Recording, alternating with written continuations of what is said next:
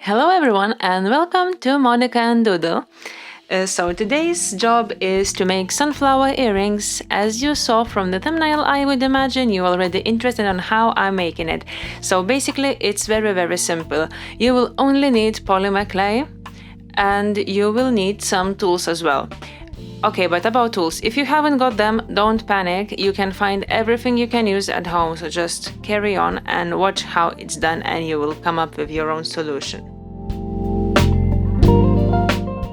I thought I won't show you how I'm preparing the clay because there is quite a lot of videos which I've done before where I'm just basically kneading my polymer clay for hours. Well, not hours, but for quite a long time. So please just make sure your clay is well conditioned and soft and easy to manipulate, and only then you can roll it with a rolling pin or let it through the pasta machine depending on what you have.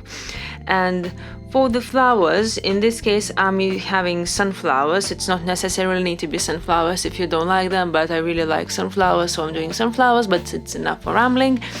And well, I just put that the middles of the flowers in my case is quite big, so I made quite a big balls of brown clay and just put it and pressed slightly onto the black surface just to make it the middles of the flowers, what I say. And the rest of it is quite long process where I'm making the petals, because I need to make roughly even petals from the same clay, and I don't know how to say, it's quite hard, I don't know. Perhaps I should put it like you need to make like a rice looking forms, like a lot of them, and then put them around your flower middle. And it's not that easy as it looks, because for some reason my clay, because of the temperature probably in the room today, is quite sticky and I'm having troubles to lay it nicely and tidily. So I'm using my silicone sculpting tool, but if you haven't got that silicone sculpting tool, you can use something you would use to tidy up your nails. You can use a toothpick, needle. If you are very neat and nice with your hands, you can just use fingers. It's absolutely up to you.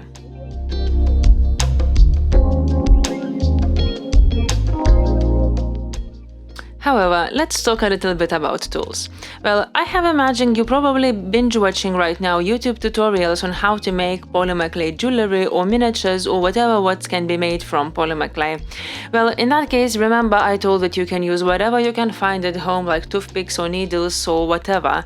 Well, if you are thinking out seriously starting your creations, well, consider to invest, however, to some sculpting tools. I'm not saying like one is better than another, it's absolutely up to you to choose from. Well, I bought those silicone ones, like one end is a silicone sculpting tool and another end is just a ballpoint eye, if you say, and it's just absolutely great for me. And I bought them from AliExpress. I didn't spend more, I think, than £3 for it, and it just works fine, so there is no obligation which brand or which exactly to buy. And other than that, well, probably that's it what you need, and practice makes it perfect. And please allow yourself a lot of time. And for me it took, personally, I'm not feeling that I am like the high-end professional right now. There is still a long way to learn, but to this point I spent 2 years of learning, not every day, I must admit, it wasn't every day, but it takes time to learn the techniques, it takes time to understand the actual media, so allow yourself a lot of time and allow yourself a lot of polymer clay to try on. And just be patient, everything will be fine and you will succeed and you will learn.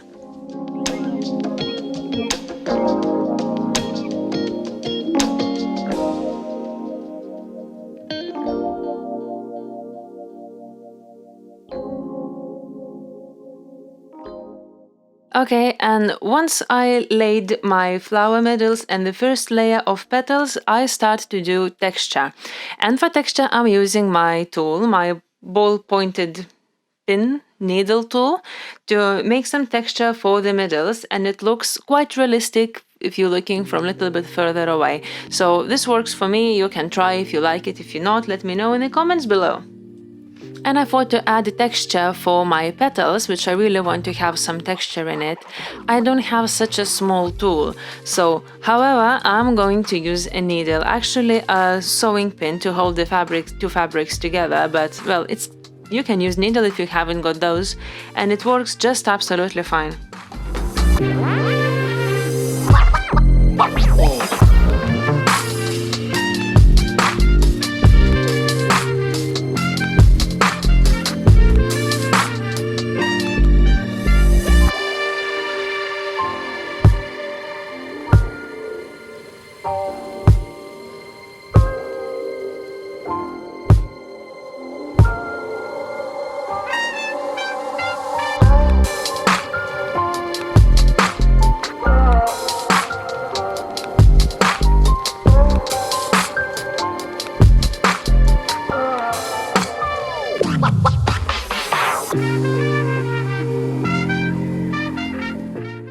And as I mentioned it before, it's really time-consuming activity.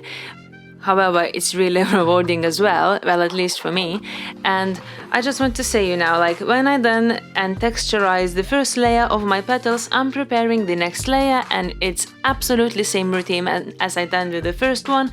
I need to make little rice kind of forms, put them on the top or on the existing petals, and then texturize them and see how it looks. Do I need more layers or it's fine? So I think I'll leave you peacefully watch how I'm working for a little now and stop talking. I think that's gonna be a good idea.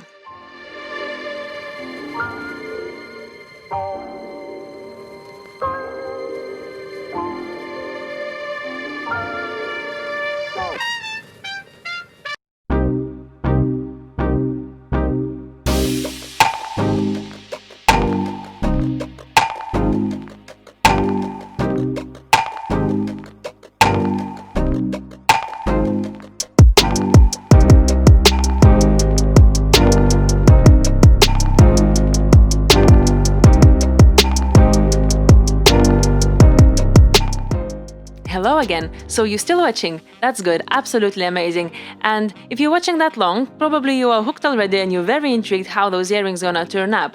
And if you like videos like that, and if you want me to create more videos like that, please consider subscribing, press that like button, and I will assure you will be more videos like that. And now I ban myself from saying like that.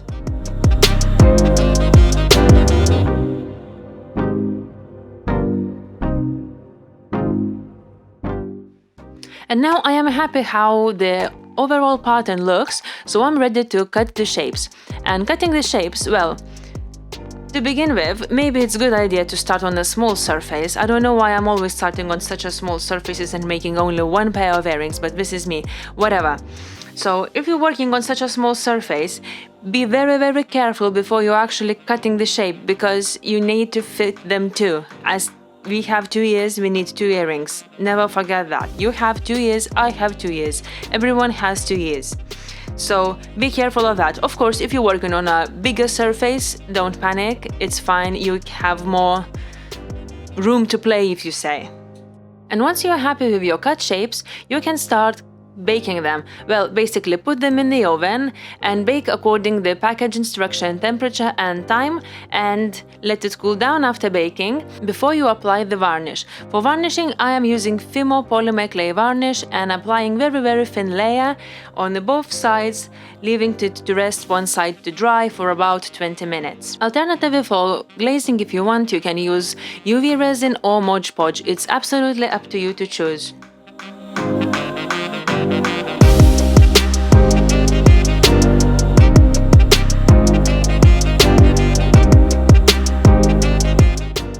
Okay, and now it's not a miracle. I forgot to film how I'm drilling the holes through the earrings with my Dremel tool, but I drilled the holes before I am putting the jump rings in, obviously.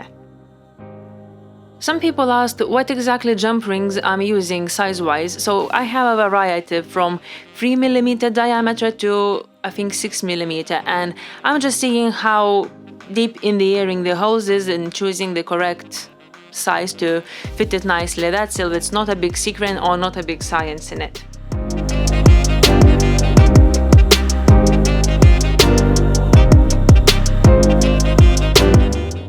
Okay, so earrings are done and I really love them, and if you love them too, so please show some love for this video and see you next time. Bye!